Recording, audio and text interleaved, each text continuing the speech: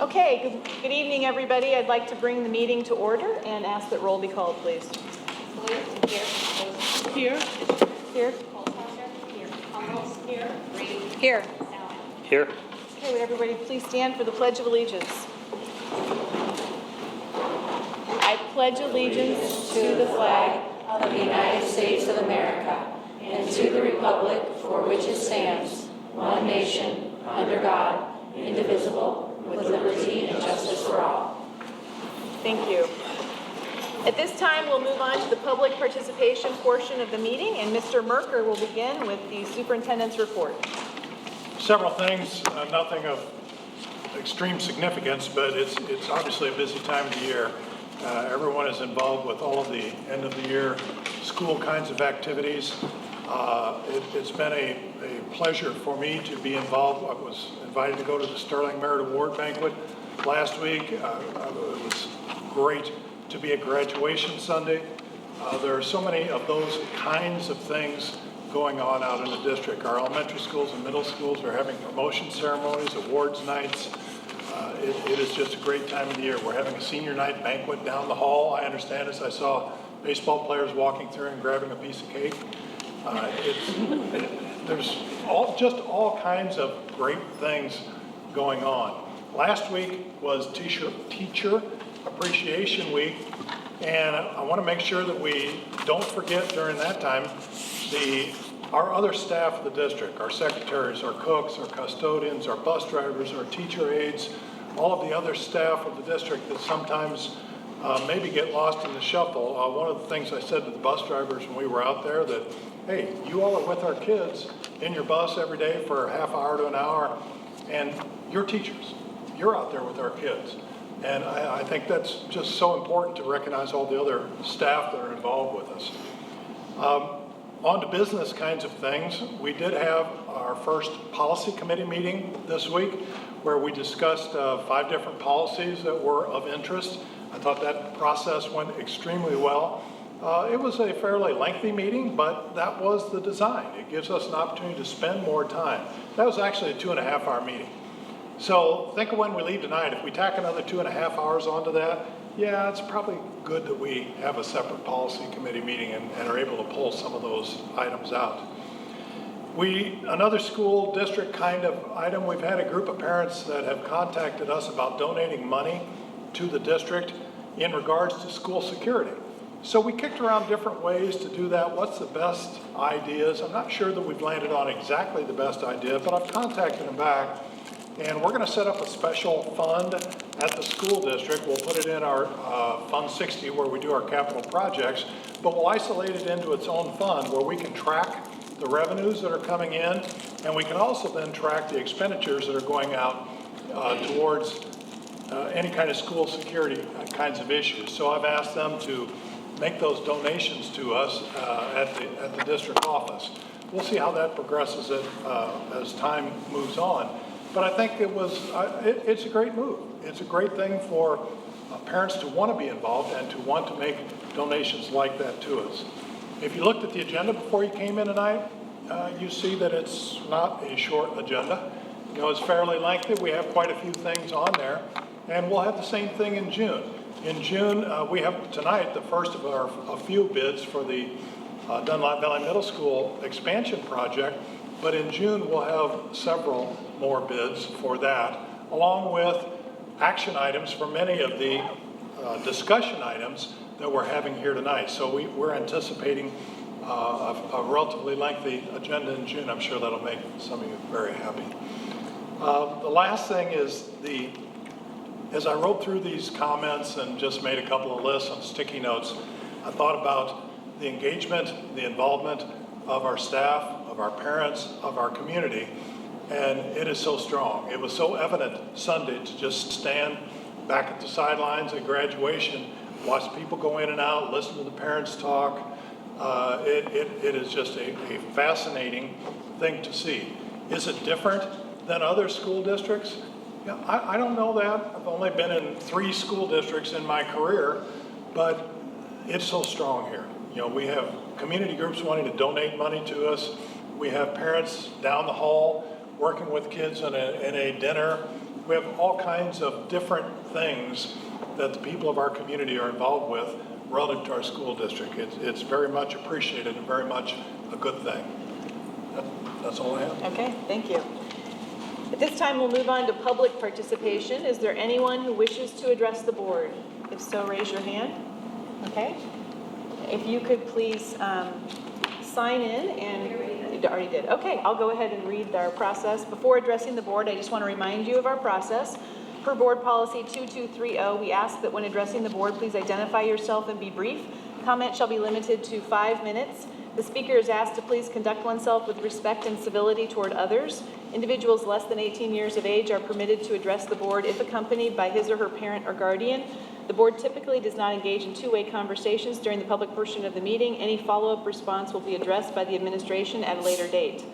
To be respectful of others and to protect confidentiality, complaints against individual students, staff members, or board members, either named or unnamed, shall not be orally presented to the Board of Education. Such complaints should be put in writing, signed by the person or persons making the charges, and delivered to the Board of Education secretary. So if you would please speak into the microphone and please state your name and the topic you'll be addressing. Welcome. Good afternoon. My name is Julia Tavares, and I'm a recent graduate of Donut High School. I'm Sam Danes, current junior at DHS. And we noticed the agenda item concerning political signage at school events, so we wanted to give you guys a quick student perspective on that. This past year, I served as a student section leader for DHS events, and I know that the topic became an issue during our annual Red, White, and Blue game. Notice I said red, white, and blue, and not USA or America. Why? Because of all the fun controversy that we have nowadays with politics, the student section leaders decided that the student section is a place for people to have fun and not get caught up in arguments and fights, and not for students to feel like they cannot attend a game. It's a way for the Delaware community to come together and support each other as one.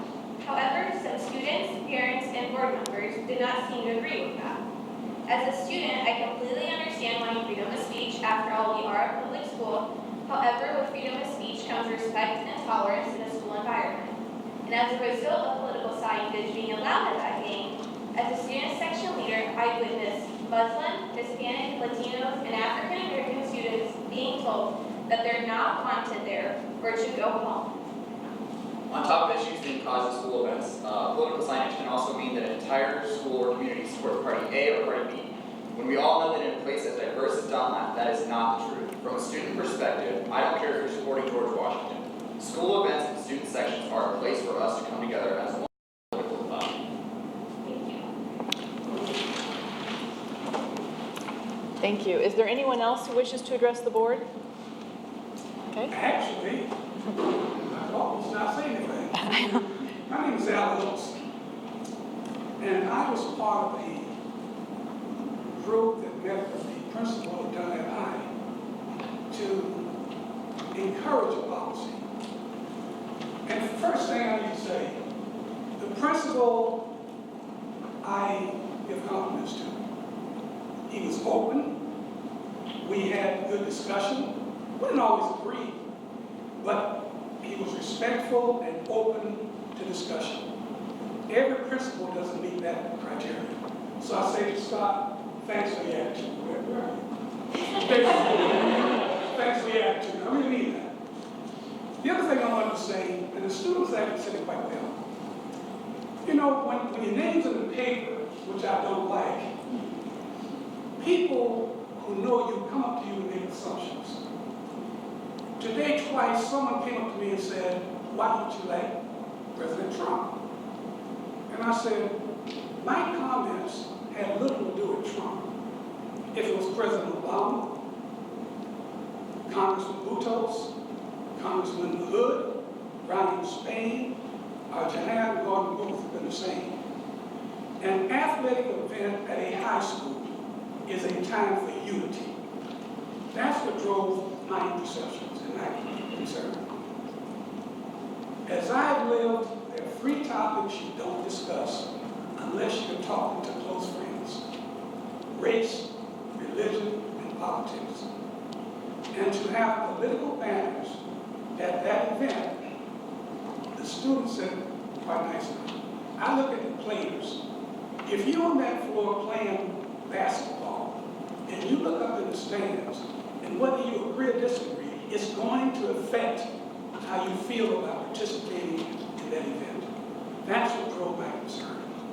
I don't know what policy P, I guess we're here tonight, but I hope that included in there is sensitivity to that's what the student said. Dunlap should show unity. It's all about all students feeling included as part of the team. And that's what drove our concerns. Thank you. Is there anyone else who wishes to address the board?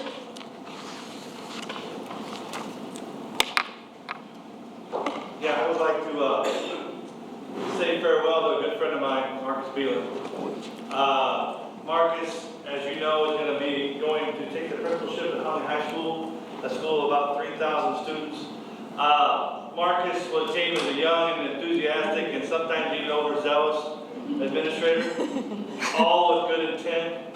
And I have a great appreciation for talent and work ethic. And Marcus has been a perfect blend of both. What's unique about talent is, especially young talent, it doesn't often lend itself to reception of criticism or feedback. And Marcus is extremely unique in that regard.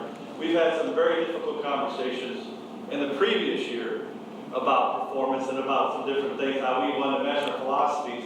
And there's not a quicker learner that I've ever had the privilege to learn, to be with. So Marcus has exceeded my expectations in all regards. It's very difficult to be in the role he's in and be a fan favorite, but he does that. I just grown to love him, and I'm really going to miss him. So he's only been here 2 years, but he's left a legacy, and he's left some big shoes to fill. So Marcus Beelan, thank you.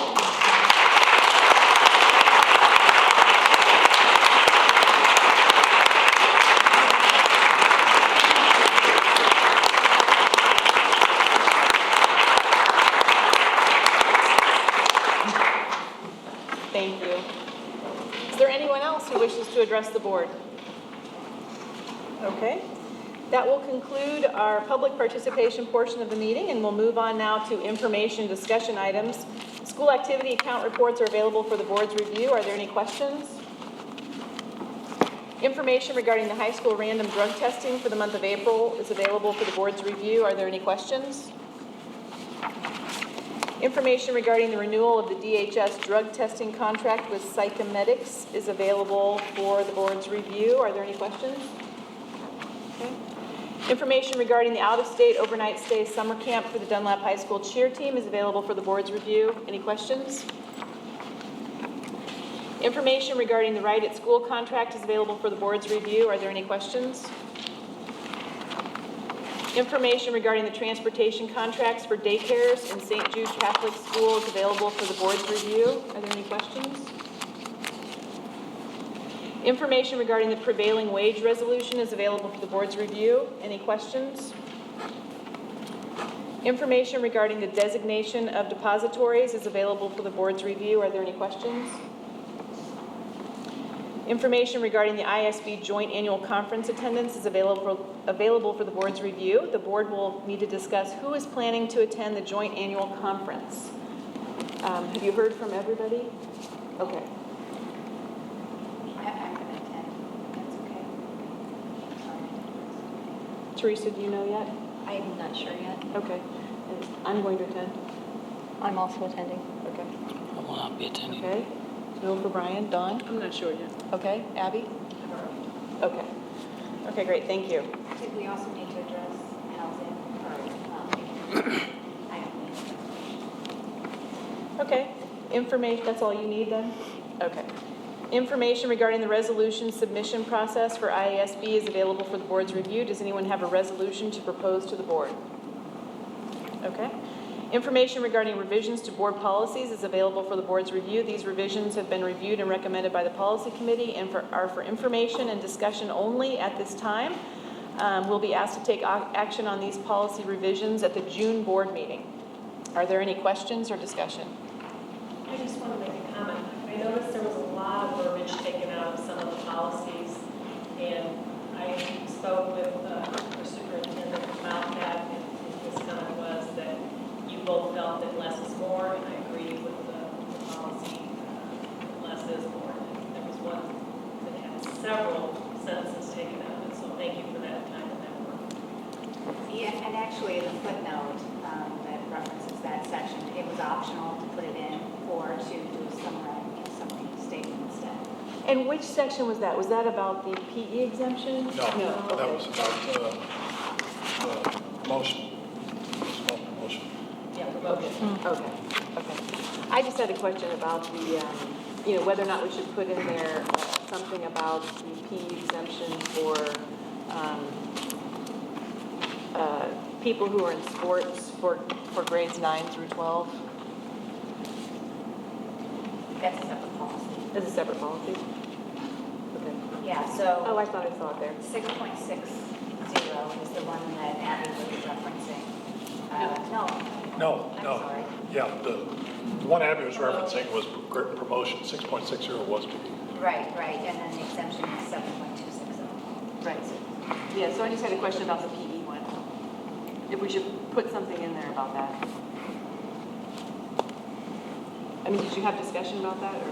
We did. I think Brandy had a summary. About, Physical The education. PE exemption. For sports and band, expanding that to 9 through 12th grade, and should it be in the policy, or is it just an administrative action, or what? actually, the way our policy reads now, our policy reads that 9th through 12th graders can petition for an exemption from PE. And I'm not sure that we are doing that exactly right now. I think we're doing that to some degree, but I don't think we're doing that completely. So that's something that administratively we'll work on. We're having discussions earlier today about that. So the policy, I think, is solid, that it covers 9 through 12 and the ability to Okay, waiver out of PE. okay. They were going to check on consistency, because Yeah, we're not we're not consistent right now, consistent, but we so will be. they need to, Right. yeah. Yeah, so some of the issues that did come up in the discussions, just as background, was marching band.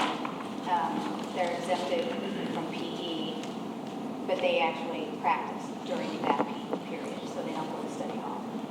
With the sports, I believe Mr. Hess indicated that most, if not all, coaches require their athletes to be in PE days, so they aren't exempted. And so I think he was going to follow with the coaches to determine if that was across the board or if there's a few sports that aren't required to take PE and could take the exemption. And then the third thing was the issue of finding out about that consistency piece. And I think the decision was to have Heather go back and look at the number of exemptions from this year to determine potential for staffing, for placing in the classroom versus study hall, and look at the data for next year. Additional data that we received since the meeting, we had 40-ish students that exempted out of PE, and I just use 40-ish because it just depends on how you interpret one or two of these kids. So we had 40-ish students that exempted out in 11-12.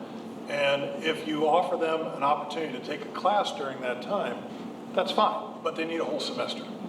And one thing we talked about was, well, taking a class is good, but we really don't want to add sections. So if we have a student with third hour PE, then you would look at openings in third hour classes, and if there's seats available in a third hour class, that becomes an option for a kid to go take a class in. Now, for the high school counselors, that's another book of work, but that's what they do. They're placing kids, they're helping kids with schedules, they're helping kids with courses. That's going to be additional work for them, but again, that's what they do. So the option of students taking classes will be an option. We're just not sure. We've not analyzed the data for right now. If you went to, I'm just use third hour again. If you go to third hour, third period, what openings did we have this year? Right now, what openings would we have had? How many seats could we have filled, and in what courses? We just don't know that. Because we might be looking at trying to institute something when practically it's not manageable. We're just not sure yet, so. Is the study hall at least always an option, or do we have a limit on that as well? I believe it's always an option. Study hall is always an option. And there'll be 60, sometimes 70 kids at study hall. So let's just say that they all want to take class now too. That would be a very difficult challenge for us as staff because they're not going to go into a year-long course. It'd have to be a semester-long course for them, and we don't have a lot of options that way. So that would definitely be a change. So you're saying they wouldn't be able to do the study hall as an option? Oh, yeah. They can do a study hall. Oh, they can do a always study hall, okay. But if they were to choose to go to a class. I see. That's a different, and Okay. it could potentially be a financial issue or adding sessions or overloads. And then I guess my other question was on the issue you were talking about, Cheryl, about the coaches saying that most athletes were required to be in PE. Is that just varsity, or is that? No, he didn't distinguish between Okay. varsity and junior varsity in our conversation. Okay. And I think the word required is maybe just a semantics. Strongly encouraged is probably a better word. And from a coaching standpoint, I understand that. You know, they're wanting the kids to be engaged with their sport during the season, but they also want them working in a weight room and increasing strength and et cetera, et cetera. So they're strongly encouraging that. Kids have a choice to make at that point. If they want to be a varsity athlete, then they have a choice to make. You know, do we want to do weight room and my sport? Do we want to not do weight room and take a course? Well, I might be jeopardizing the opportunity to play in that sport. So it becomes a time where kids just have to make a decision as to what line to go down. And I think they should be given that choice, because if you look at it, and we don't have anything at all against PE, and we all see the benefits of that, but if someone's in a sport and it takes them so much time, it's really nice to allow them to take either a study hall or some elective. I mean, if you look at our requirements, we have more requirements for PE than we do math, science, and social studies. That's astonishing to me.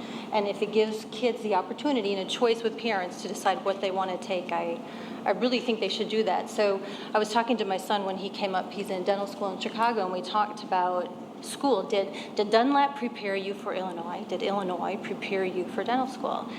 And, you know, that gets into a whole other philosophy, but, you know, he did say that the prep students in Chicago just blow doors. My husband said the same thing. He started engineering. He ended up with, he's a doctor, whatever degree he had, but he said the same thing, that those kids in prep schools in Chicago are able to take more courses, different courses, that somehow get further. And so I don't know if, you know, mandatory PE, you know, 4 years is not enabling them to take the courses, but I mean, if they have the choice, and if they need a degree or they need classes that will help them in college, I think it's nice to offer them that. And Heather and I, we talked about middle school. So switching to middle school, there's the 3-day. And I suggested, we kind of talked, it's really hard. What do you do with those students who are only, you know, for the other 2 days?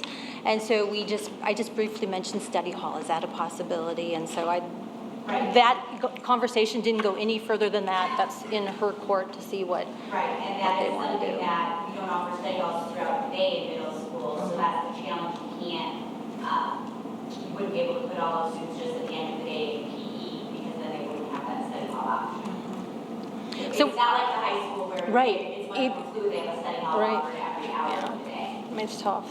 Yeah. 7th and 8th grade became unmanageable for us. We don't have a location, we don't have study hall, we don't have staff.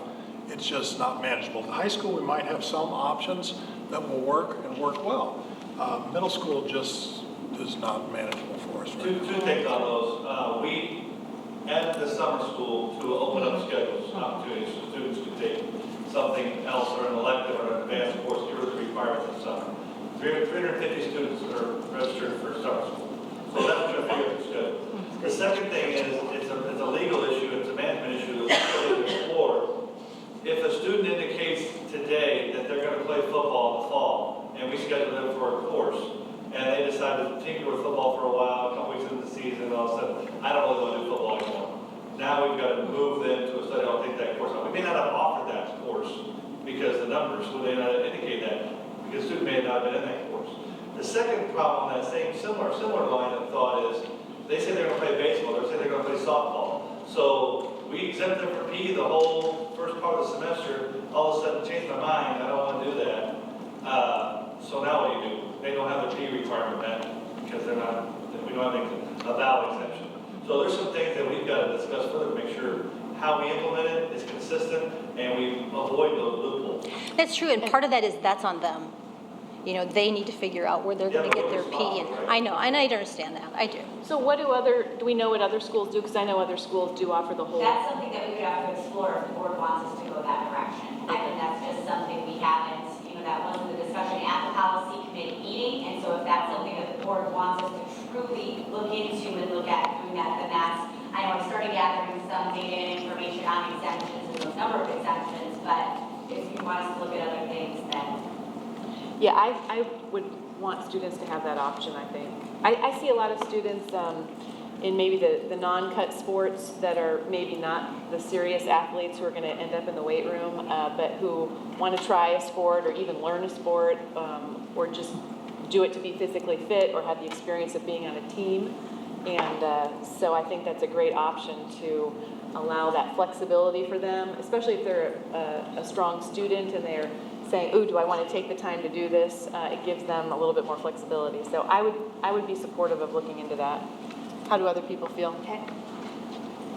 Brian? Yeah. Supports that. And I just want to clarify, we're talking about two different policies. Yeah, One we is are. Yep, we are. you know, Right. from PE when you're in a sport. And then the second one is the PE 3 days a week Right. versus 5. So, and I think with the 3 days versus 5 days, I think there were some issues there about, and I'm not sure if we've touched on them or. Well, let's Heather just did, check and yeah. see how people feel about the PE exemption one first, and then we can move to the 3-day if you want to. And this includes band, right? Band is currently all band students have the option to exempt. 9 through 12? Correct. Okay, and right now sports is just 11 and 12?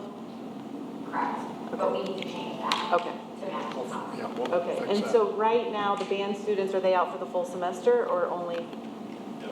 Okay. Okay, so how do people feel about looking into the option of those in sports being out a full semester? I think if it works for the band students, it could possibly work for the other students as well. Even if it's an opportunity to take another course, maybe to get them through. I mean, I know paid classes can be expensive, but even if it's something that they can keep up on their coursework, and hopefully not spend 5 years at college like many students have to do. Okay. Dawn, do you have a thought? I guess if it's not going to create an issue with the scheduling, and that's what I'm not sure, but I guess we'll figure that out if you guys look into it. Yeah, but- I mean, I'm sure, like Karen mentioned, there are other schools that have some clean policies in place, but I haven't explored them, I know Heather has it. And we need to survey the students to see what kind of impact that would have. If there's a lot of students, we need to really plan financially for adding additional sections of certain electives and maybe putting some electives on the selection roster that haven't gone in the past because we have students who are interested in semester-long courses rather than year-long courses. So it would change, it would be a pretty significant, it could potentially be a significant change to our course offerings and how many sections we got to offer and so forth. So it definitely needs to be explored before we would make a recommendation. I feel comfortable making a recommendation. But that's the interesting side. It could be a significant change, but Yeah. we won't know Right. it Yeah, it could be until not, it could be. you get at it. Yeah. And the other piece I think we need to give more information on, and maybe Mr. Hess could provide that, is if most, not all coaches require them to take PE.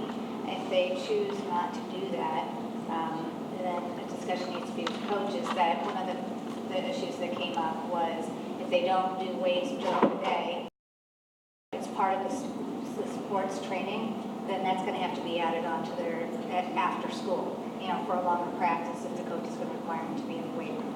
And so, that's something that needs to be looked at, and with students too. If that's a requirement, the coaches are going to have them do weights after the regular practice. Are they interested in that? Teresa? So how do you feel about looking into the, Oh, I think you should look into it, Okay. the feasibility, and you have to look at the logistics of it, the feasibility and the cost. If that outweighs, the academic benefit, then it is in the kid's best interest.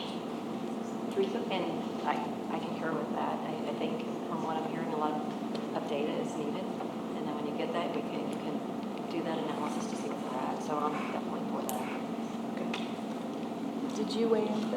Oh, no, I'm absolutely, Okay. absolutely for looking into it. Okay. I mean, really, if we do it for band, we need to be, we almost have to do it for, I don't think we should pick and choose that.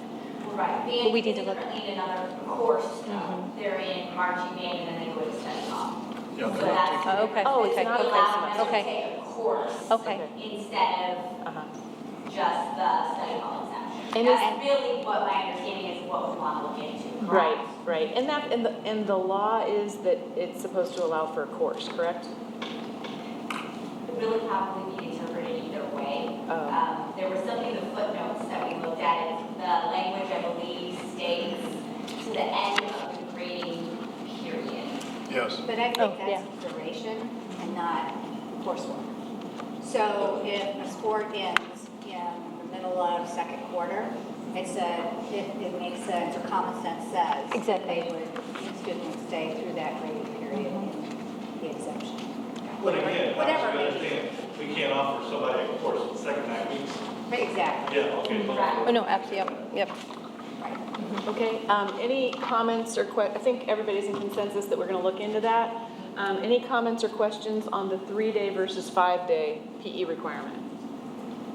I have a comment. It is difficult in the junior high level. It's not like there's many opportunities.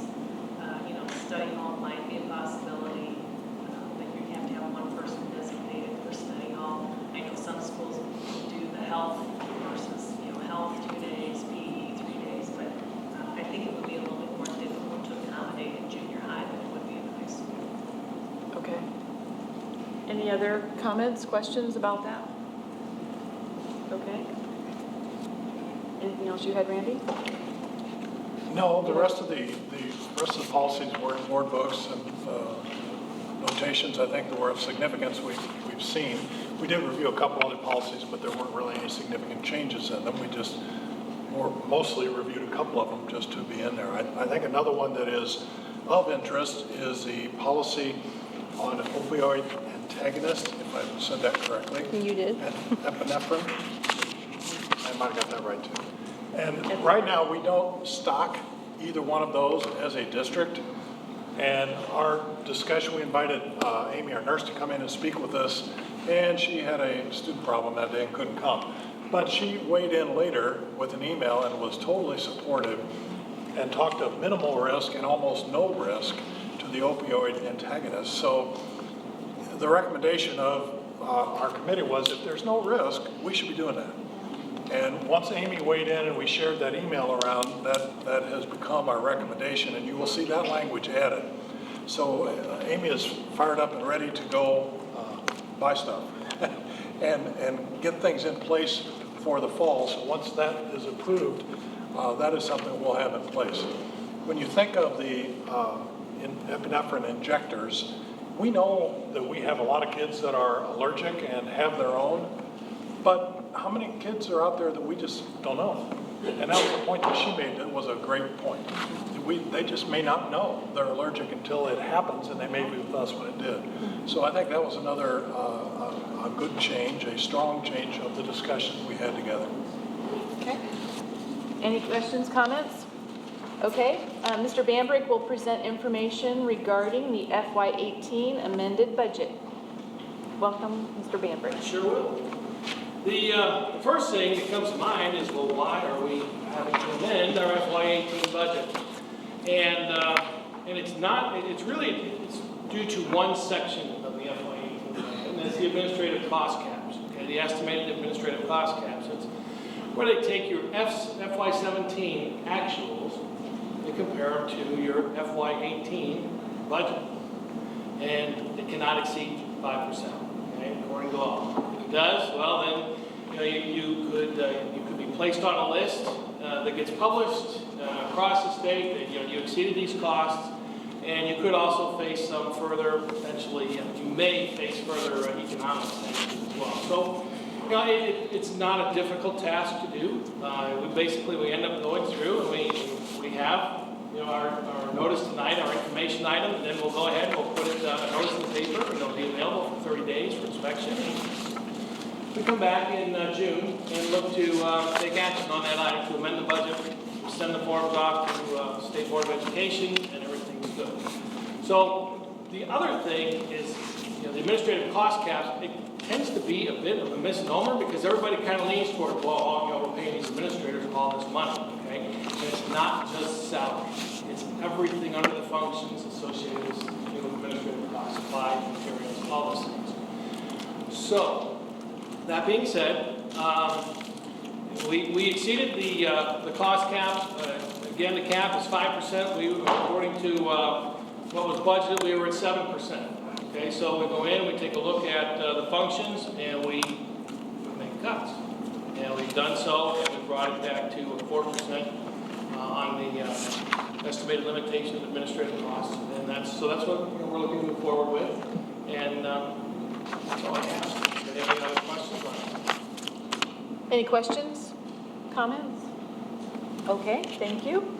Mr. Bambrick will now present information regarding the FY19 tentative budget.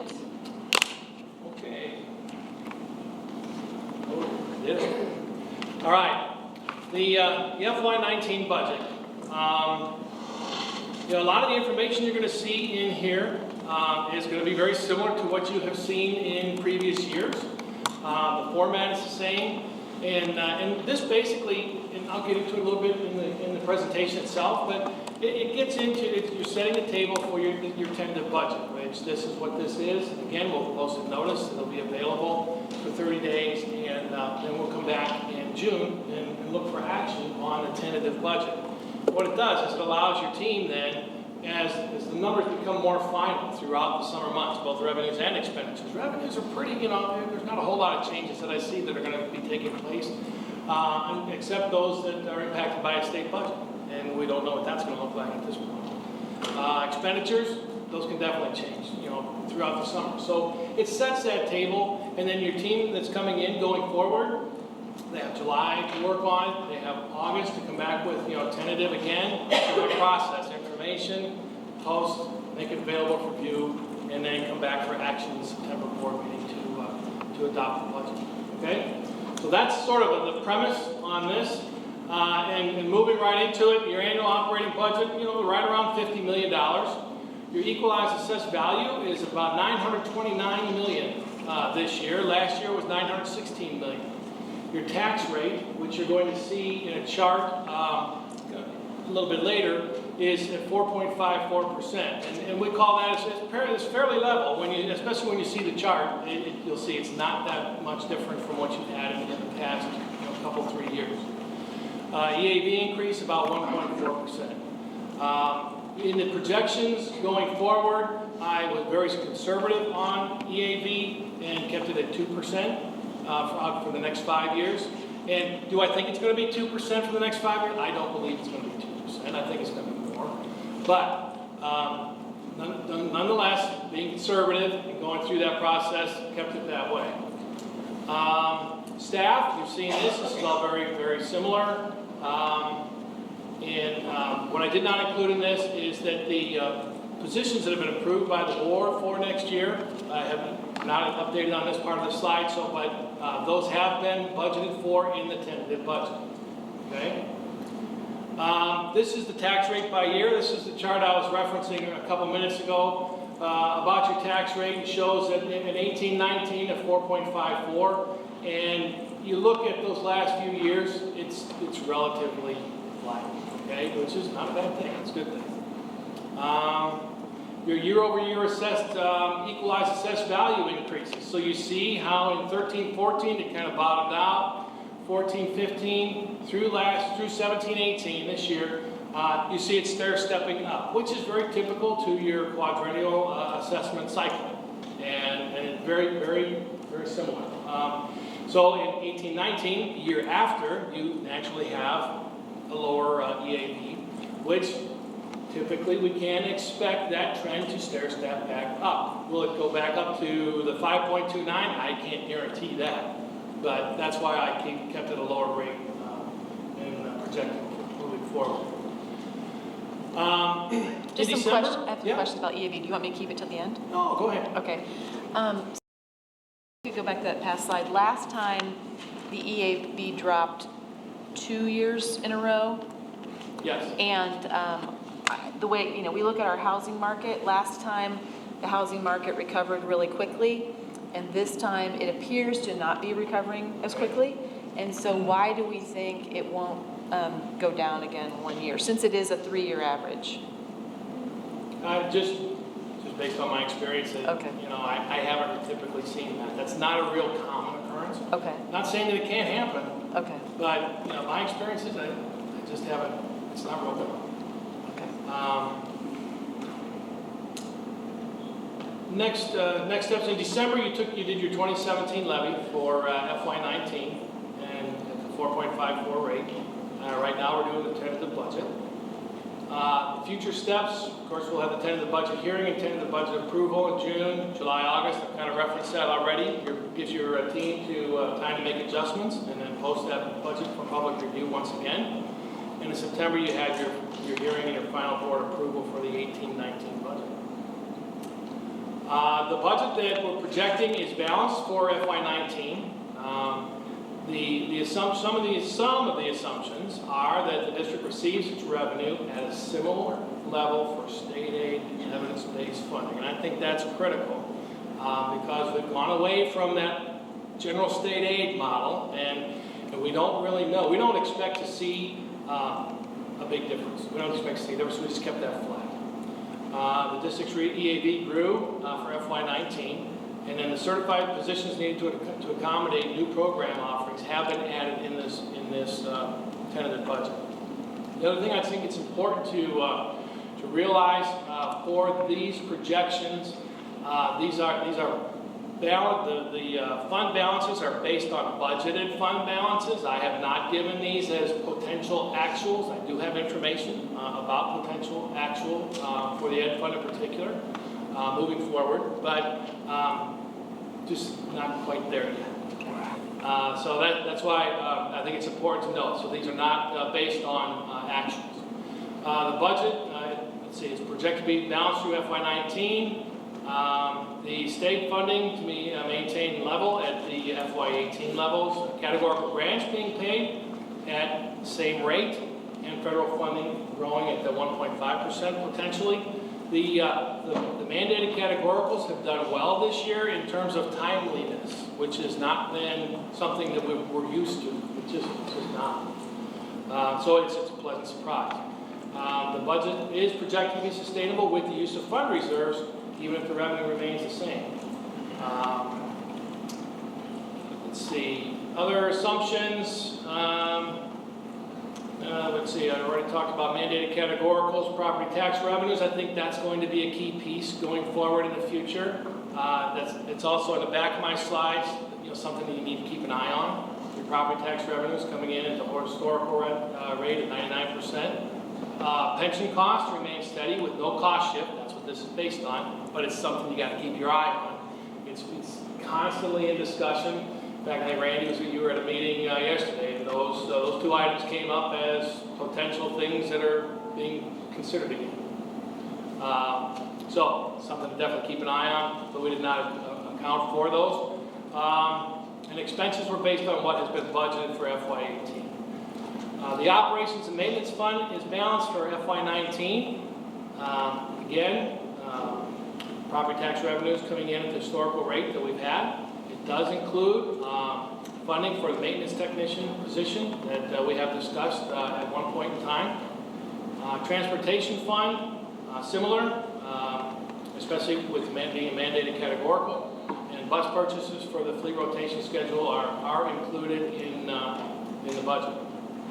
So what does this look like? So projected beginning fund balances for education fund, operations, maintenance, bond and interest, and transportation. Those are projected, budgeted, and so I did not, like I said, I did not include actuals in this particular model.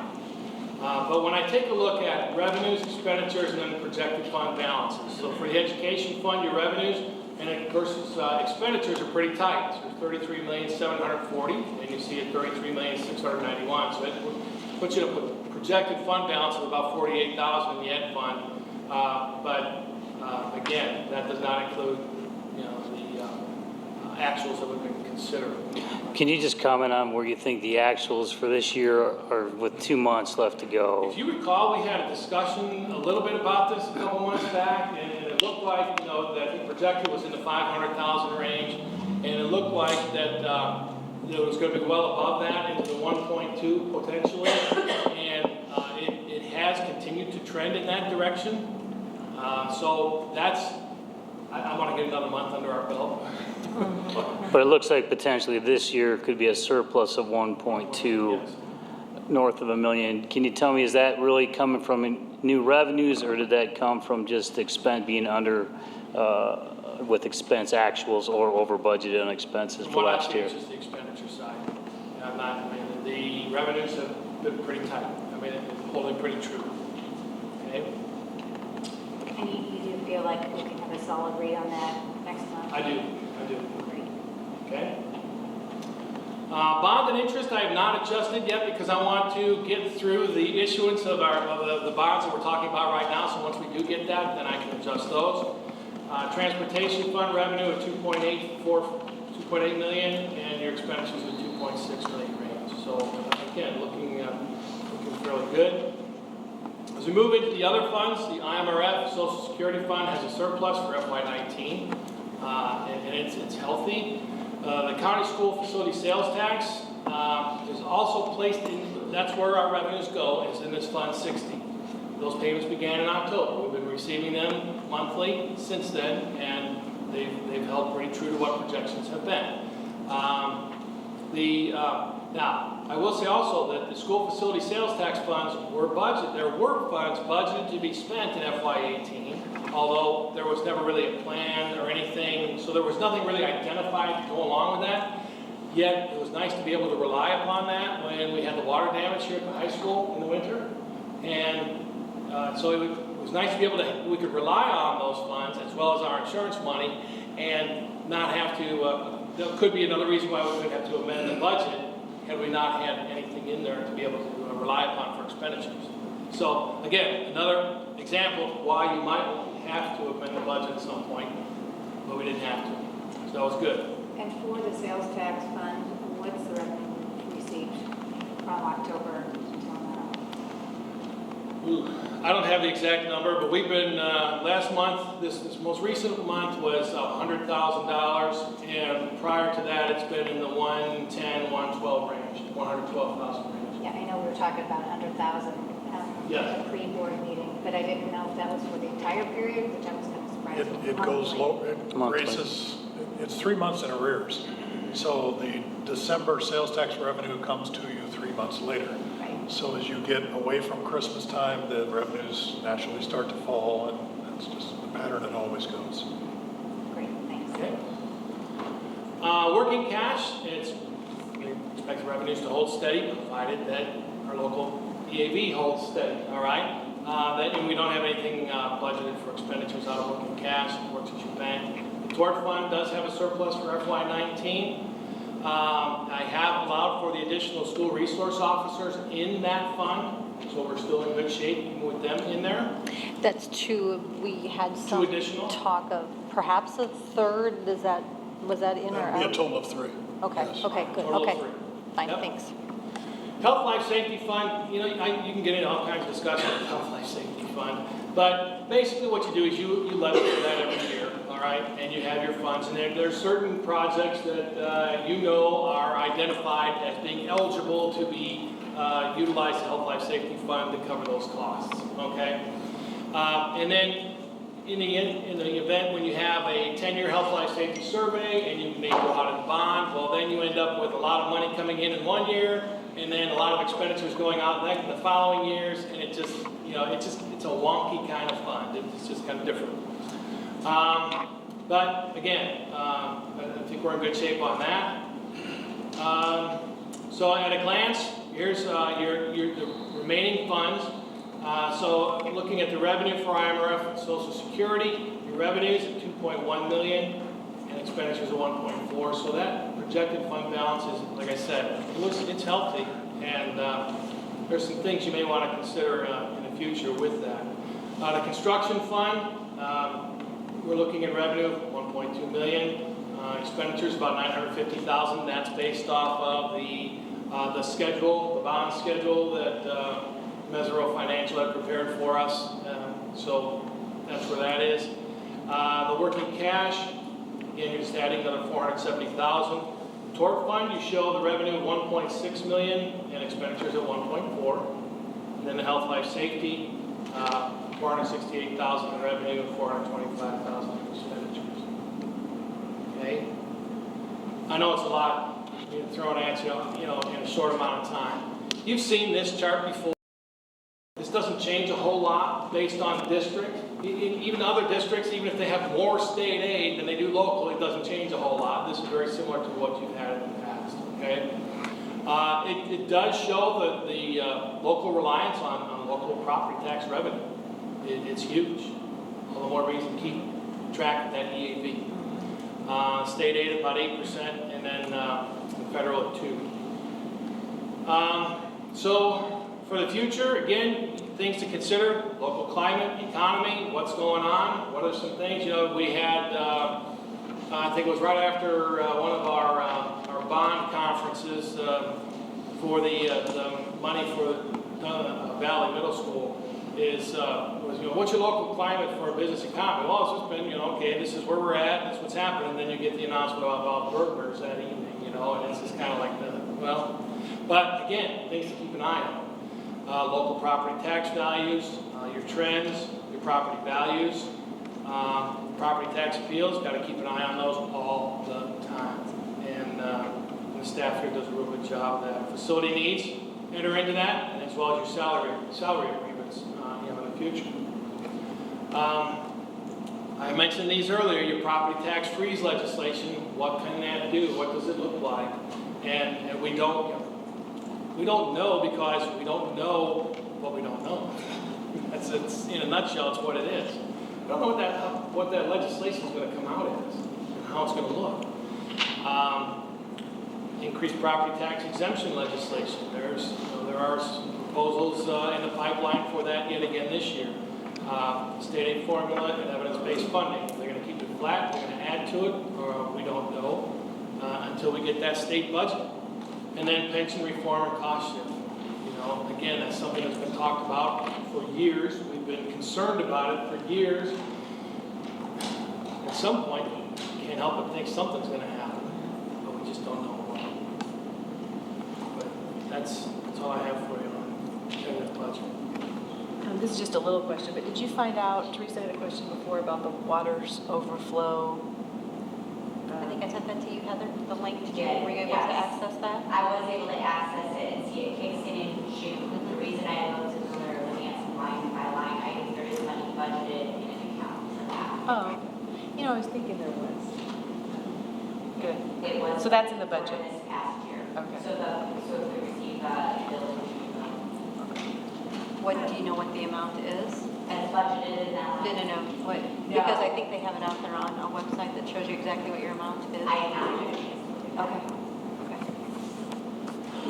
Check. Just out of curiosity, the pension shift, we've been talking about that 10 years. Okay, so will you envision it to be similar to IMRF, Social Security, you get levy what you need? That's a good question. If I were going to be able to talk with my legislators about it, I would say give me that opportunity to levy. Well, what are they suggesting? How are you going to implement that? That would be huge. They have not. They haven't given you. And how long will it take will they allow us years to get into it, or will we? Right. Gradually. Right. Phase in. Okay, the other thing, I noticed 4-cent reduction in the levy, which is nice to see that go down. Can you recall where you took those away from? Actually, that was done in December, prior to when we got here. So that was already filed and approved in December, so. I think maybe one of them might have been Social Security. That's what I was thinking. And what about tort? Was tort? No. I think it was IMRF and Social Security. Okay, thank you. Any other questions? Go ahead, Teresa. Okay, I have a question. For the EAV, and I know you asked this question too, have we had any communication with the assessor's office to see what their projections are? Maybe you know this, Karen, too. I haven't called them recently. Okay, Everything I've had has been in that 2 to 3 range. You're okay? Because So that's a I'm gonna go with 2. a significant drop year over year, and if we see that continue to, I think we need to be cautious at this point. Well, I was just going to jump in on that. It looks like our revenues are only going to go up $700,000 actual from this year to next year. And I think just our salary increases kind of run at that number. So if assume that surplus, we hope that carries over, right? The 1.5 or whatever the number is. 600 plus But if that thousand goes, this year. right, so, obviously we got 17 million plus in reserves that you could pull off that for us to rebound back. And that's what it's there for. I would encourage you all, just listening to the discussion, I would encourage you all to think operating funds as a group. You've heard me since January preaching the education fund, operations and maintenance, transportation, and working cash added together, because that's all that really matters. The legislation is in place that allows you to transfer funds from one to another. You can abate or abolish the working cash fund as needed. Now, we don't have a lot of money in there compared to some of the others, but it's more or less interchangeable in those 4 funds. So I would encourage you not to get too fixated on just the ed fund or just transportation or just O&M, because those monies are pretty interchangeable between those funds. Evidence-based model.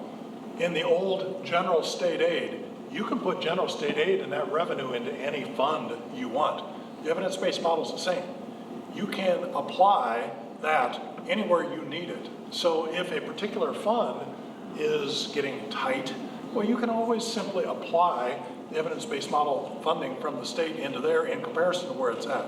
So it's just an overall thinking and thought process. It's one big pot. But wouldn't your preference be to make sure each fund stands on alone and you're not grabbing from other ones? Doesn't matter to you? Doesn't matter to me at all. That was a bit of a shift. Yeah, that's a bit of a shift. We talked about this, the shift from being able to, where they've relaxed the restrictions on moving money among those operating funds. Key word, operating funds. Yeah, when did Is that that take place? I recall that was pretty strict Back in that they around highly 11 or advise you 12. don't do that. Pardon me? I just remember hearing that they highly advise you don't do that, Yeah. and that you don't move money. So if this is, It was around 11 or 12 when they started to relax some of those restrictions. Can we get some more information on Maybe before that? Those are nice reminders because we so often get so focused Well, it's easy. on just It's that easy. education fund. And of your operating funds, you've got more than 12 months to be able to operate. So, With zero revenue. yeah, It was zero revenue. Right. that's a good place to be. It'll be a mind shift for us Yes. to get used And to it that. is just a thought process. It's not, it's nothing mandatory magical, but it is how ISB looks at financial profile. When they look at financial profile, they look at your operating funds as a group, and if you go down and get to the detail of that, they pull those funds and put that into the financial profile data. So it is something that ISB works off of. And as I work with young superintendents in my other job, that's something I preach to them, is try to focus on the pot. And in the chart that I talked with all of you, there's only one number. It's the $918,000 surplus. That is the combination of the surplus and the deficit of each of the 4 funds of revenues and expenditures. That's the only number in my mind that matters that's the one for this year? for this upcoming next year. Oh, okay, next year, okay. For upcoming next year. And we had this conversation as well, because my school board and finance 101 taught me the same thing about, don't rob Peter to pay Paul. And then there's some limitations within certain fund categories of, Right. percentages you can take. Is it best practices now, though, to go ahead and move money around as needed? I've done it numerous times, and that doesn't hurt a thing. Okay. The other point too is when we talk about this being in reserves and watching EAV, if we're looking at a 1.4% increase, that's over and above what we got the year before. That's the addition. If EAV goes to 0, it means we still get the money that we got the year before. So then you have to really control your expenditures, but you're not dipping into reserves even if EAV goes to But our salary and benefits goes up Go about by three- 700,000 Yeah. every year. So we just have to know that we have to build in at least that for salaries and benefits. Or take it from a different bucket. Or take it from a different Yeah, bucket. right. Or Between now and then. limit expenditures elsewhere. Yeah, Yeah. Okay, any other budget questions? Okay, thank you, Jack. Mr. Merker will present information regarding a proposal for the construction of a new district office. You have talked before my time about building a district office and combining it with the Valley project financially and made a conscious decision to pull away from that. When we came into the district, we brought back Valley quickly because we could see the timeline for construction was necessary and we didn't touch district office at all. As we have been in the district office and have sat there, it is it's come back to our attention. And by our, I mean mine. Because this is something that I am pushing towards you to consider again, and it is 100% purely financial. What I look at is we pay $75,000 a month in rent, and every new homeowner, when you're young and you get married and you're renting, you want to be a new homeowner. You want to go buy a house, so you try to get a mortgage and you try to buy a house, and I see that as us. Nobody wants to rent and just lose money on renting if you can buy a house and build some equity. Well, in our case, we're not going to build equity, and we can't go get a regular mortgage. But we can still use the same basic concepts. I looked at how could we get a mortgage? Well, a mortgage for us is a bond. And had we added on the money necessary to build a district office along with the Valley project, it was going to take us out an additional 5 more years of payments to do that. So we looked at getting a bond here for that $75,000. If we did a 20-year bond for that $75,000, how much money would that raise? Well, that would raise about $1 million. But the problem with that is it would cost us about $500,000 in interest. The interest that builds up, and if you ever look at your mortgage schedule, it's the same way. You just pay so much on interest. So that didn't make sense. So looking purely financially, what can we do with that $75,000 to build a unit office that makes financial sense? Because that's all I was looking at was financial sense. We already own a piece of property. It is back behind us and over in the corner where we have bonfires at the football games. It is separated from us here with a drainage ditch, so that it makes that piece of property pretty much unusable for much of anything else other than maybe a bonfire. And so we own the property. How can we make a $75,000 a year payment and build an office? Well, the answer lies back in the fund balances. You know, we have one proposal that I've sent to the board to consider is we have $1.6 million right now sitting in working cash. If we abate that working cash and use that working cash money, that's plenty of money to build a unit office. You know, what is the cost of an office? We'll get back to that. But the $1.5 million that's sitting in working cash is ample money to do that. If we pay ourselves back at $75,000 a year instead of making a month, thank you, a year, 75 a year. Oh, a year. A Okay, year, yes, that's 75 right. a year. If we pay ourselves back at $75,000 a year, instead of making those rent payments, the payback schedule is anywhere from 22 to 24 years, depending on how you do the arithmetic, but it's clear that there's a payback schedule. And at the end of that time, we own the facility, we're not paying rent anymore. It, to me, makes financial sense. In discussions with you, several of you talked about priorities, student space. I get that. You know, we have things that we need here in the district, and we've all kicked around some of those different things. I believe that many of the student space kinds of needs we have are bond issue types of things. I've shared that thinking with you all. I'm not sure that we have enough money to go out and do student space kinds of things the way you would want to do them at this point. I believe those are bond issue kind of things. So my proposal for your consideration is to build a unit office, build it back here at the corner of, what are the streets? Cedar Hills and Legion Thank you. Cedar Hills and Legion Hall Road. in the property that we have here and to pay ourselves back. We put our money into a dedicated fund every year, and we make our rent payment to ourselves, which is a simple fund transfer and a journal entry in our budget system. And over time, you will clearly see the money increasing, so that $1.5 million is at the end of time still sitting there. Now, none of you will be probably on the board at that time, but you'll still be able to track it 22 years in the future when it pays itself off. So that's the long-winded answer.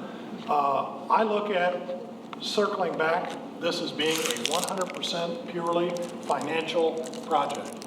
Why pay rent if we can build something ourselves with the same money? That's what I have. Questions, comments? What does everybody think? Well, I'll jump in. Randy knows what I think. I agree on the financial side. I just think the timing, maybe if we wait another year or two to look at, are there other needs or are there other bigger projects like a pool that maybe we could get some commitments to move forward on that in conjunction with something like this. So I'd prefer, although financially, I think it may send the wrong message to do that in front of some of these other needs that may need to be identified. So, but I appreciate your work on it, Randy. I knew you'd get the finance side. I concur with Brian's sentiments exactly. We've been very concerned the past year. It's come up in several board discussions about, the concern about falling EAV, falling property taxes. I understand we're sitting in a fairly healthy fund balance, but so to all of a sudden switch gears and open the gates is a little concerning, and I think it would be concerning to the community in some respects, because this is something, as you pointed out, Randy, we meant that this doesn't directly benefit the kids. Not at all. Right, and there are some pretty high priority things, like the pool well away from that grade. If we can figure out some way to focus on those first, would be my preference for now, school bond. Or part of a package, like you phase in, we know where everything's happening, and there's some. In my mind, I feel like the $75,000 a year can't go towards a new school or can't go towards the pool. We have to have administrative office space. So I would rather see that money going towards not paying rent. I think paying rent is just not a smart thing to do long term, and I feel like we should move forward with this plan since it's not an option to take that money and use it for other purposes. We have to have that space. We have to spend $75,000 a year, whether we're renting. So why not be putting it towards a payment to ourselves? Because long term, I think that makes financial sense. I agree with the pool. I see that. I see other needs. But if we have to pay $75,000 a month anyway, I mean, we're going to pay it regardless because we have the office, right? We have to write the check. My understanding? Yes.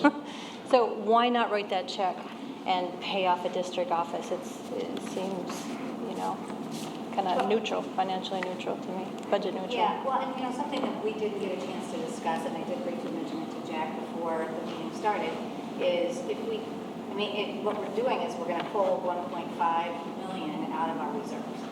So, and we will pay ourselves back over 23 years, but we have just, deducted $1.5 million off of our reserves right off the top. If, for example, the pool, we were talking yesterday at the meeting, Randy and Jack and I, there was an old estimate for about $5 million for the pool. Maybe that's not enough to do it right, but if you didn't use this 1.7, is there a way to utilize that towards a pool? I know we want to pull $5 million out, but you were looking at doing a kind of a mixed, here, put some out in a bond and some out of reserves. Could you do that? The difference becomes you don't have a payback schedule. Here you are, if you don't build a unit office, you're still putting that $75 a year towards rent. And the unit office plan simply diverts rent back to the district. It's not any additional money Right. spent. Whereas if you built a pool or a school, it would have to be additional money. This is taking that $75,000 and just paying back yourself instead of paying rent. But you have that initial cash outlay. Yeah, I think that's what the Yeah, I mean, issue I is. You get take the that, I get 1.5 that. to, And do we have a list? pay I think for we it. do. Tom might be able to mention this, a prioritized list of what needs to be done at the facilities that we're currently at. I know the pool's way high on the list, but do you have that? So we understand, you know, what facilities need while working. That directly impact the kids. That directly. Tom, I think we'll have a project list, but the big ticket items like this that are going to require a bond issue, no. And, No, that doesn't exist. You know, I agree with you, Brian. I think the timing's not quite right. You know, we're looking at things where we're seeing the EAV going down. You know, at some point, and we got to look at all those factors, student enrollment and the like, when we build the valley. Obviously we need those resources now, but I think it's a timing issue, and we've got to see where we're at in the future. So I agree financially, I understand what you're saying, but at this point, I agree with Brian and Cheryl that the timing is probably, we need to take more time on this one. I would encourage you, if we get to a vote next month and you all vote no, that's your call, you know, that's your decision. But I would encourage you to not wait too long, because every year that you don't do it, you're flushing $75,000. That's just it.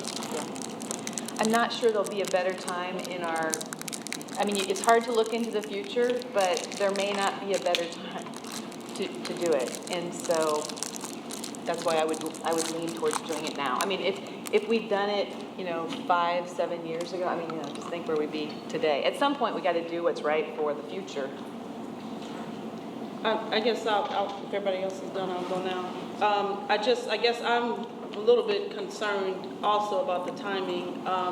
We had the previous administration brought this to the board in a full presentation, November 28th, and the board was concerned at that time about finances. Now, we're talking about just November 28th of 2017, so I guess I'm just concerned with the pace at which this board is moving and changing directions. And so if it was not okay then, I'm concerned with why now you feel the need that You know, I we're pushing don't ahead. think we had the plan to pay ourselves back. Okay, I think it was a bond. But I think it was all wrapped up with DVMS expansion, and if there was a well thought out plan of how that was going to be Right, but it was- facilitated using the sales facility tax. And you know, it may have been a different financial plan, but I Right. understand what you're saying. Yeah. I'm not against it in its entirety. I don't think this is the right time. I think we've got tons of stuff going on. We've reduced fees. We've had the DVMS expansion going on. We've increased personnel. You know, so I just think we have a lot of moving parts. We've added 2 resource officers, which we're committed to for a minimum 4 years commitment on dollars. So there's a lot of opening and closing of doors going on right now, and I think we need to let the waters calm. Not to mention, you have a new superintendent coming in that probably should be a part of these decisions being made. Not to say that he's not, but I think to have that person in the seat is extremely important as well before you start that process. The other major problem I have with this is the timing. You know, when they spelled it out in November on how that would work if we were to move in that direction, which the board chose not to, at that point, you would have had to have made a decision in order to allow the current, owner of the building that we're in proper notification by October, November to be able to work on that project and even get us in, because our lease starts and ends in January. So I just don't see any time schedule that you're going to be able to let him know that you're out and be in that office by 2019, and you have to commit, I believe, to a year of sprint. So it's going to take that time. So we'd have to do this. You'd be thinking about it now, having a facilities meeting to discuss it in order to even do it a year from now would be, to me, the proper protocol. So to throw this on the agenda and then try to have a motion next month to move it ahead and quick build and get us in somewhere else by January 2019, I just don't see that as even possible, really. So I think it's all too quick, all too sudden. Like I say, 6 months ago or whatever that was, we were not in a position to do this. And I don't know that our position has changed substantially, that we're now having this discussion and ready to move ahead. So yeah, I just, great idea. For 7 years, I've thought we should try to do this, and it's been put on the back burner because of financial reasons. If we're getting into a place where we feel financially stable to do it, let's hold off and get DVMS under our belt, let that settle down, and then I think a year or two out, absolutely, I would be for it, but I just think the timing is not now. Abby, I think you're the only one. Well, First of all, I appreciate Randy's effort in this. A while back, I noticed that the old grocery store, it's not a grocery store anymore, it was for sale. And I thought, wow, wouldn't that be great if we could snatch that up? And I mentioned it to him, and he was great, he checked it out, he really worked diligently in seeing if maybe that would be an alternate space. I feel spending $75,000 a year in rent is not the best use of our taxpayers' money.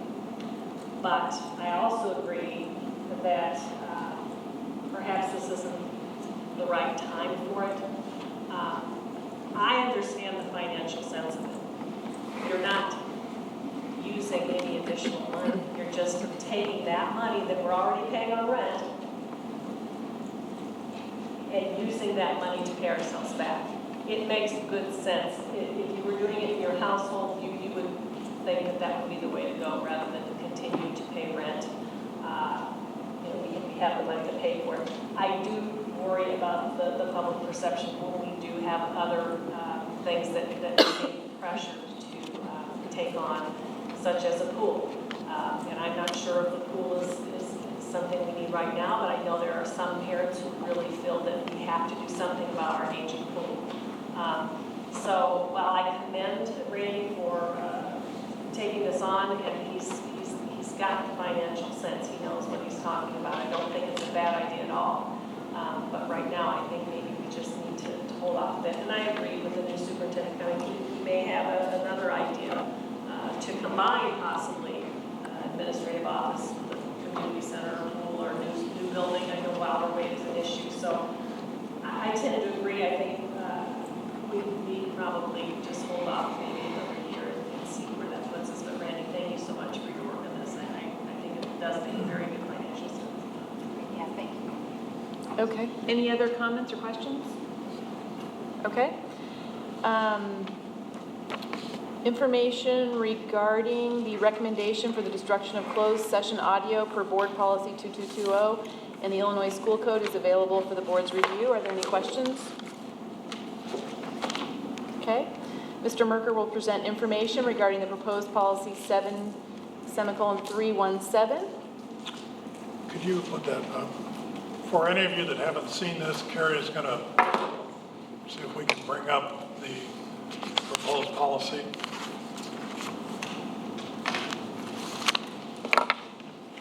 A little of the history of which I've become aware of the history of most of this since I've arrived in the district. And I know the meetings that Mr. Adrian and the Hooks family had together were fruitful. Thanks for the comments about Mr. Adrian. They came up with a proposal as a group between them. And as we adopt and we can maybe scroll down on that maybe you can minimize it a little. You're going to have to scroll down. They won't be able to see it otherwise. It'll be too small a print. I'm sorry, lost train of thought. But as Mr. Adrian and the Hooks met, they developed a policy for consideration. And any policy we have to vet through our attorney. So I sent that policy off to Mr. Greening, Jay Greening, our attorney, and asked him to review that and ask him to come up with a signage policy for us. Well, as you can see by the number 1 to 7 list on here, Mr. Greening's policy goes down several legal avenues that were, I think, beyond what was under discussion. If you flip down a little farther, there's a section at the bottom of this that I think gets at much of what was coming out of the discussion with the Hooks and Mr. Adrian. But beyond that, it goes to a universal policy for anything coming out into any of our extracurricular events. And just to read that so anybody can't see it, prior to displaying any sign at extracurricular events, students or other spectators must submit their proposed sign to administration for review and inspection. Administration will review the sign within 1 business days for compliance with this policy and either allow or prohibit use of the sign. That practice is what we have in place right now for any of our signs that are put up in the hallways. I was with Mr. Beelan one day walking the hallway, and I asked him that question. And we walked up to a sign, and he says, every little poster in here that's posted has my initials on it. Wait a minute, this one doesn't have my initials on it. And he pulled it off the wall because it wasn't pre-approved. And that's that. It is the pre-approval process. It's very similar.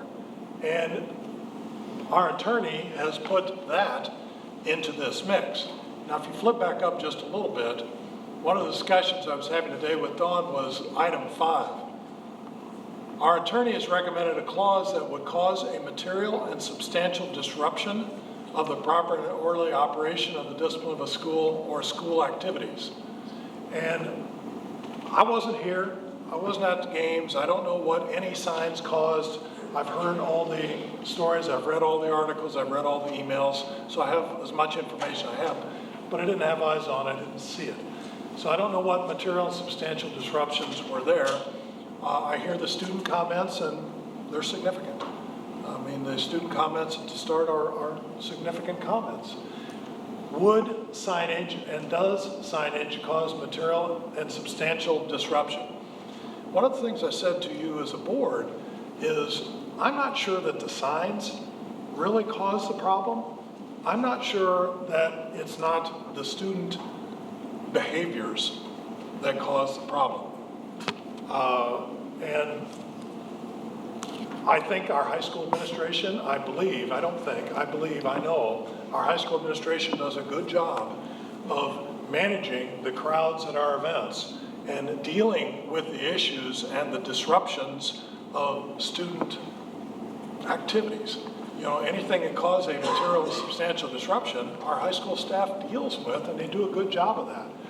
You know, I partially know that because I arrived in January. I didn't have any issues from basketball games. There was nothing because they deal with the problems that are there. So clause 5 might be a clause that might fit the topic that was previously under discussion, but it would fit any sign that would come in that would cause any kind of disruption of a school activity. Now, I will tell you, if a sign comes in and goes up with something that is inappropriate, and several of those things, if you read through those things, they're hard to argue with. Promoting illegal drug or alcohol use, I mean, we're not going to allow that. But if some sign comes up that causes a problem, it's coming down. You know, the high school administration is not going to allow a sign to be up that is vulgar or lewd or is going to cause kind of problem. They're just not, whether we have a policy or not. I think the issue here then, what we do works for the most part, and maybe all the part, I don't know. But I think the issue becomes the points that the students talked about beforehand, and it's the political side of things. And there's certainly a place for politics. There's certainly a place for politics at school. Yeah, I'm not sure in a basketball game or a football game or a track meet if that's a place for a political sign or not, but that's, you know, we will all have maybe different opinions on some of that. I think when we have, Mr. Adrian mentioned to me, we have a neon night. That sounds cool. It sounds neat. It sounds like something that kids would have fun with and have a good night of just activity, or Hawaiian night. I can just imagine what that might look like. I bet it's a fun activity. You know, a red, white, and blue night or a USA night or however you want to phrase that, supporting our country is something we should be about as a school district. We should be supporting our country as a school district. I believe strongly in that. And I hope that all of you agree with that too. Does this policy address the issue at hand? I don't know. It's a policy our attorney has drafted. It's a policy our attorney has drafted at my request. I'm acting as an intermediate for everyone here.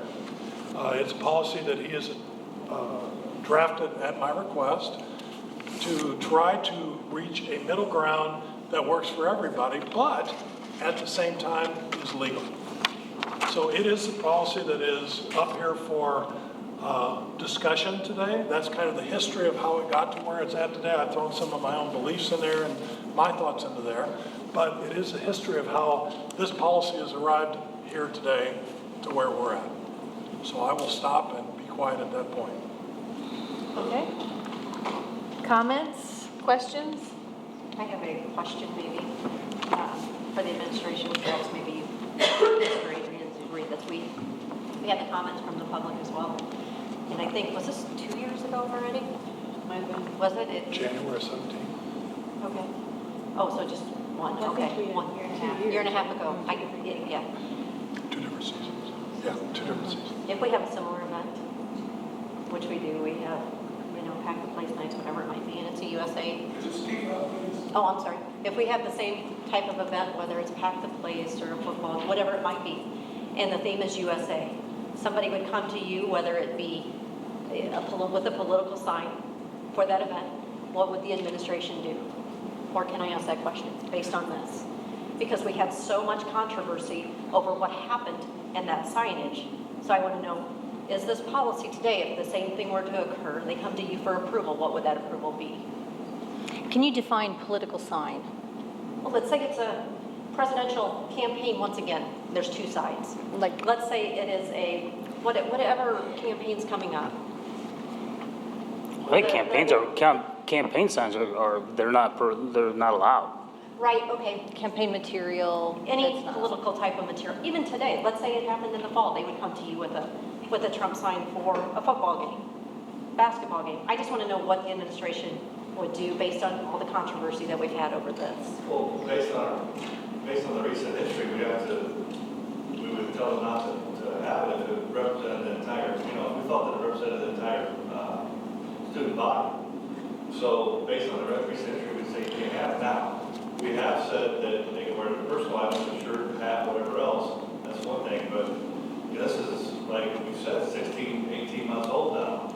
And the stance at that time was they can't have it. So we've not allowed it now. Having said that, it's an interesting topic because it's USA night. Why wouldn't you have representation of your president? This made it unique this year, or this past year, for the election, because we had to mediate a lot of different student relationships and some divisiveness within the building. It was a full-time job for 3 or 4 months. So we had to mediate relationships with students. They're teenagers, they're growing. So it's a restorative process. It's not a punitive process we're dealing with. We're trying to restore the relationship, understand different points of view, be respectful about it. So you take that into consideration. But there's not a leader of any institution that wouldn't want pre-approval of anything that could be controversial, right? Absolutely. They just wouldn't want that. Having said that, I'm not sure that having the president's representation at the USA night would be something that we would act on typically. So, I'm sorry, just so the answer is, it would be allowed or it would not be allowed under a USA themed night? Under a USA themed night, it would be appropriate to have something of the president. Okay. Whether it be, we talked about before, George Washington, Obama, President Kennedy, whatever it is, it would be appropriate. I think the conversation that we had 16 months ago was, it wasn't supposed to be large enough to represent the school body. I think that's where that came into effect. If it was a personal item, it's different than something that reflects the entire school student section. That's what that is. And would you have had issues with behaviors, with relationship issues, despite the sign? That was going on anyway, is what I'm hearing you say?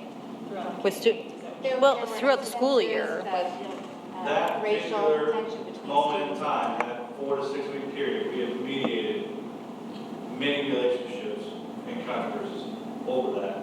That's what made that different, I believe, than Over what?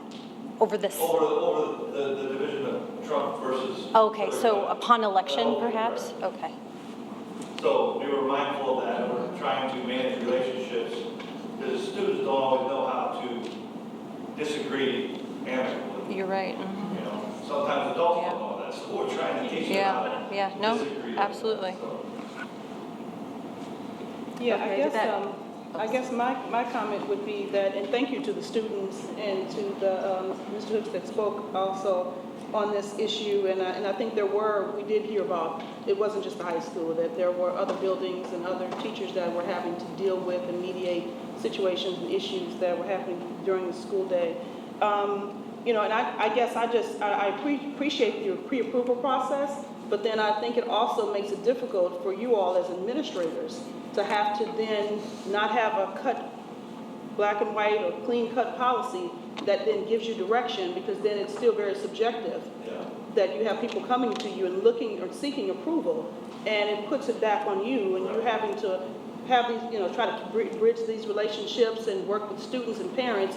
And I guess that's the struggle that I have with this as well, that the policy doesn't give you that clean guidance, right? It's still very subjective. I think the only advantage, and you're absolutely right, at the end of the day, we're going to make a decision whether it's appropriate or not. I think the only advantage to that would be you'd have it in advance. So if there's any type of conflict, you're not having it in front of 3,000 people. You're having it here, and it's a conversation with parents or whatever else. That's the advantage of that. But yeah, you're right. We're still on the hook for making a decision whether it's appropriate. Right, and I'm sure you have a lot to do in the day already, rather than to add that. I guess, I'm looking at, and everybody can refer back to their email from the attorney Jay Greening on April 30th, 2018. At the very bottom of that email, he said it would be possible to amend the policy to prohibit signs referencing political candidates or even political figures if the board prefers. And I'm wondering if that could be number 8 on this policy, and then we kind of put this to rest.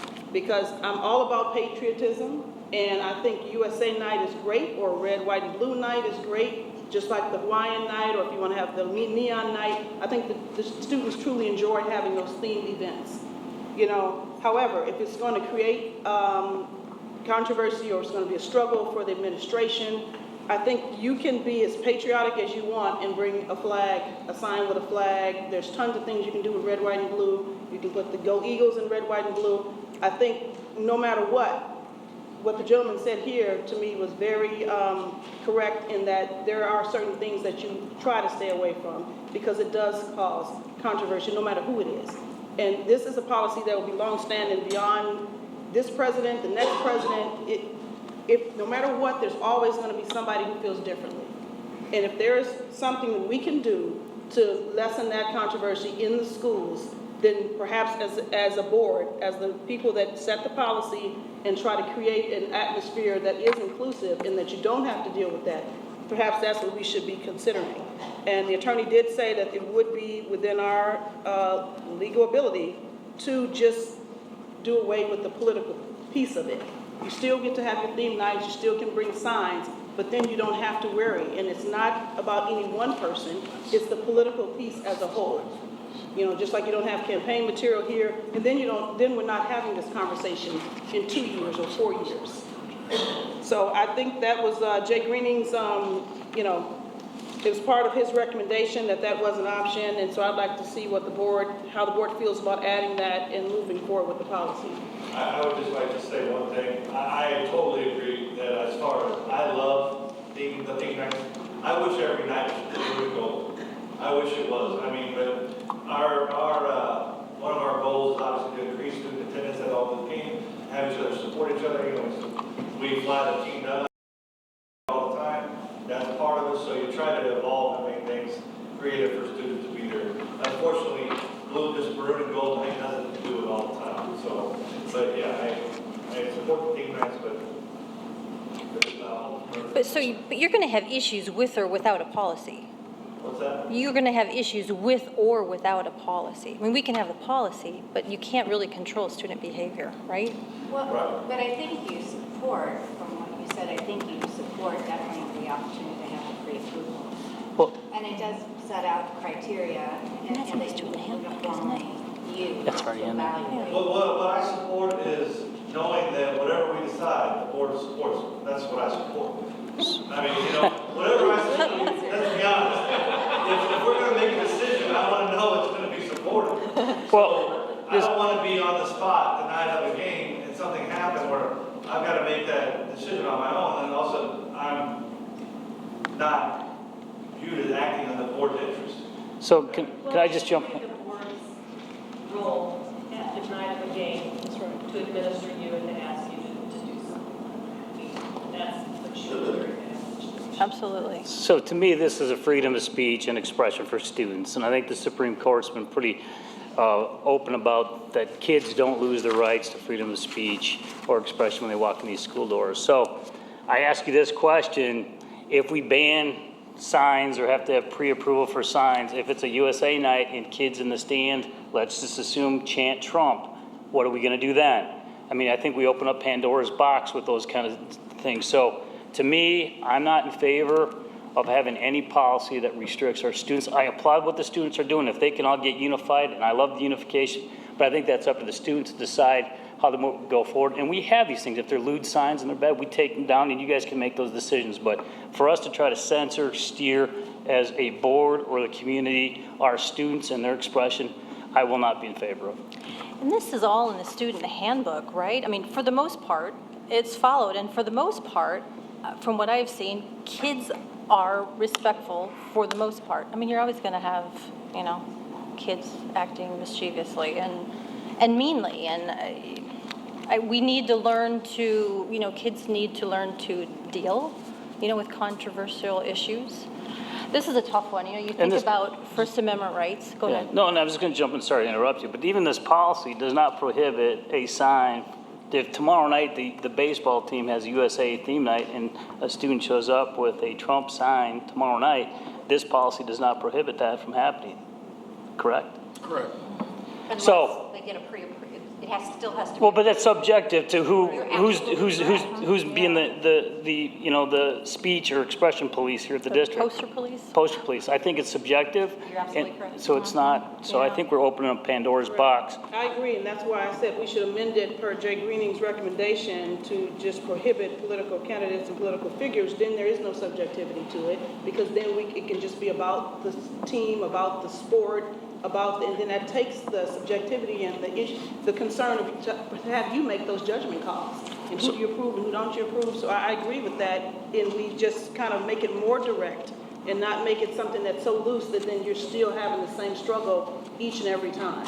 So I think with that, if we add 8 and amend the policy to add that piece, then we're not having to do this 4 years from now or 2 years from now or whenever it may come back up, because it's just not part of it. And I think, Mr. Adrian, you can correct me if I'm wrong, but you did a very good job when you spoke with the students after the initial incident. I think the students were very receptive, and the students really didn't have a problem going forward. I don't know if I'm over speaking, but you spoke with, I don't know if it's student council or you had a conversation. I mean, our students are compliant anyway. I mean, they're respectful, they're compliant. I mean, I think honestly, they're never disrespectful. So, I don't want to say it's a typical teenager, but they're good teenagers in the fact that they're going to comply, with most everything we say. I mean, they're not really rebellious. I mean, even the rebellious ones, when you call them in the office and talk to them, and you share your perspective, they were pretty compliant. It does, like Brian was saying, what if you do that, then where do you draw the line with chanting Trump or whatever it is, Are we going to escort all the kids out of the stadium? I think it's a student body issue. I don't know if we can prepare for every single Yeah, I don't think you can, and I think this one, with the banners that were up at that initial game, I think pictures were taken, and then people zeroed in on certain students, and then negative comments were made, and it took a life of its own and went on well beyond that night. And so that's where I think, like you said, if it's on your person, your hat, your shirt, that's one thing. When you've got banners representing that whole student body, then a lot of those kids were ridiculed. They didn't have anything to do with it at all.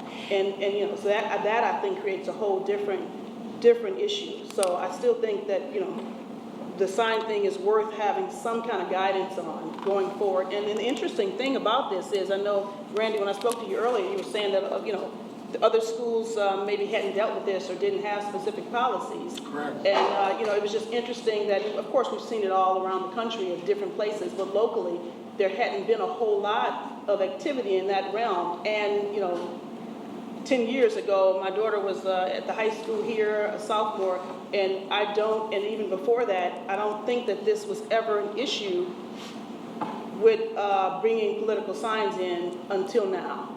And so I think that's why you're seeing it now. So but I think this, if we amend it, this takes care of it for now and the future. So I would think, rather than to put it on you and have to subjectively look at every issue individually and make a call, that if we amend the policy and add that number 8, per the attorney's speech information he gave us April 30th, then that kind of settles it from here on.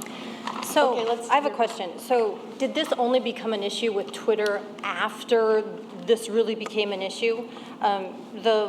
The email that you referenced on, Jay Greening also talked about not poking the bear.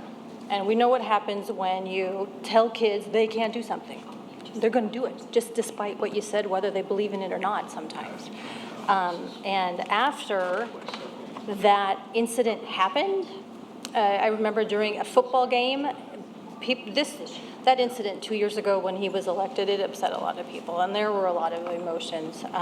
But when that happened, many parents went out and bought Trump T-shirts and hats and wore them to the next football game. It was cold, so people were in their jackets, and you didn't see them, so you didn't even know they had them on. I just knew it was going on.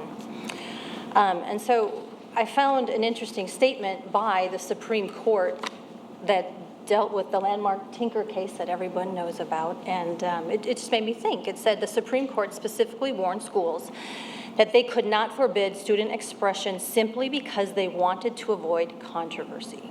In order for a school to justify prohibition of a particular expression of opinion, it must be able to show that its action was caused by something more than a mere desire to avoid the discomfort and unpleasantness that always accompanies an unpopular viewpoint. And I believe Jay Greening's first response was that he did not recommend we have a policy. Is that correct? That is correct. That's correct. Thank you. Yeah, I don't know if he recommended us not have a policy, but I know once we talk about having a policy, I'm just reading his most current email, not 2 years ago, and he says if we could amend the policy to prohibit signs referencing political candidates or even political figures. And so he's very well aware of the Tinker case as well as several others that schools have dealt with. And I think that's because it was being pushed.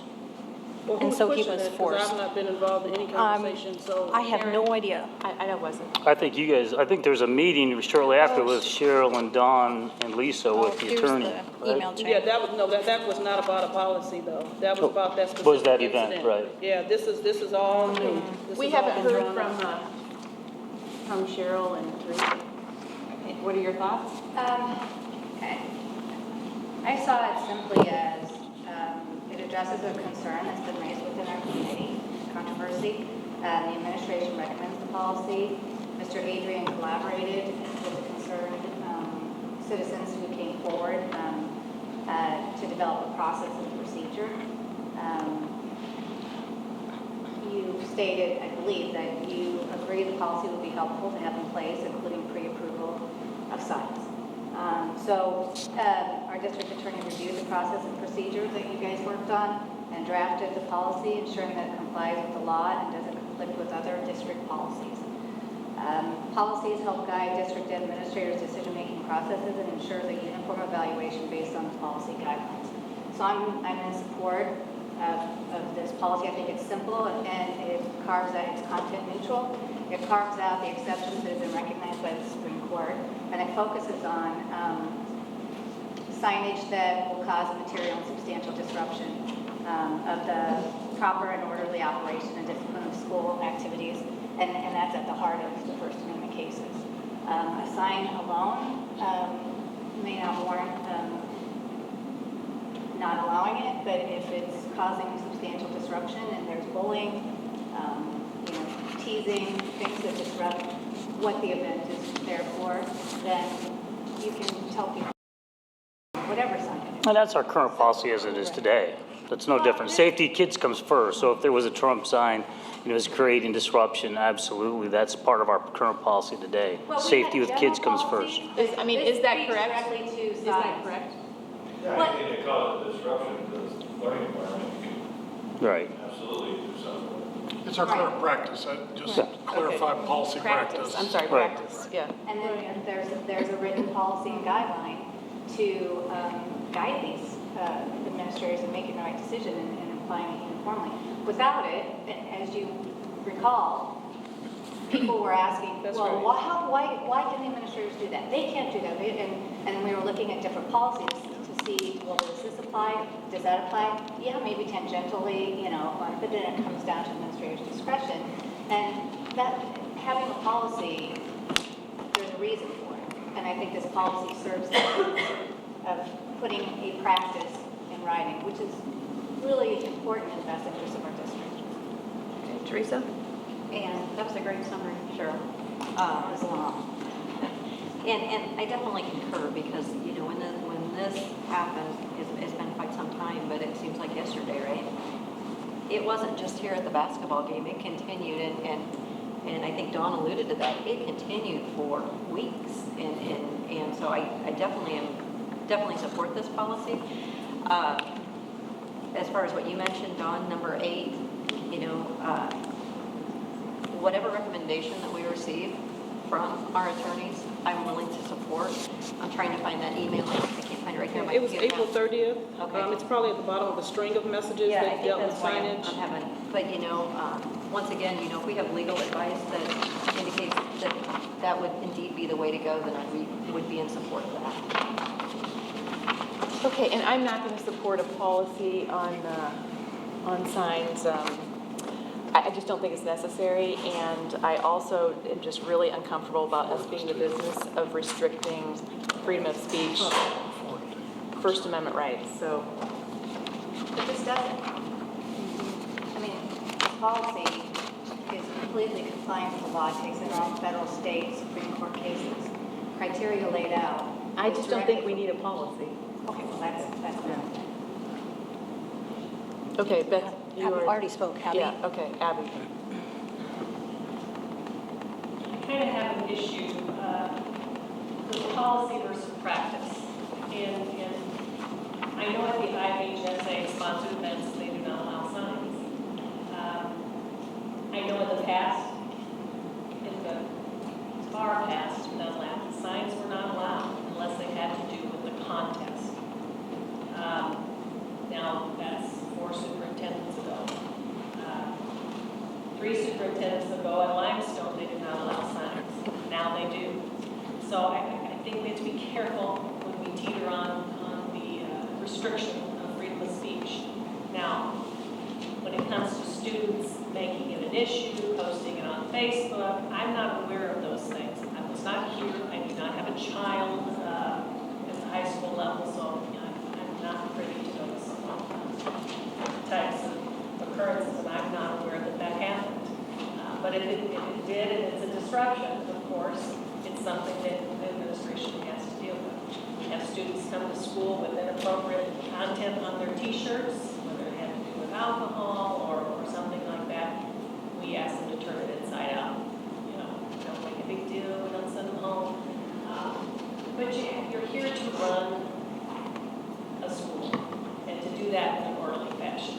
A ball game's a little bit different. It's not like class time. But I would really be more curious not to know who has a policy and who doesn't have a policy, because very few people that I know in this area have a policy like this. I'm concerned that the attorney first said, I don't think you should have a policy. I think that's a problem with First Amendment rights. But then when we said, okay, so could you come up with a policy maybe? Then he came up with a policy. I'd like to look into what are the local practices in our area when it comes to signage at basketball games. Does everyone follow the IHSA rule when it's a regular event versus a tournament? And I know this pushes it back, but I'm curious to know what's the practice? What do they do in District 150 when something like We this? did some research on it. Most of them follow the standard IASB language. I don't have it with me right now, but it's about 4 or 5 sentences long. And that's what we have currently. So we have that already in place. And either way, policy or no policy, you're going to have to be the one that approves the sign. If you find that sign is going to be controversial or cause a disruption, you will tell them no sign, whether we have the policy or whether we don't have the policy. And that's what makes it difficult for you to decide what is going to be disruptive or not. How do you really know? So, So where does this end when it comes to ball caps, T-shirts, little faces on a stick?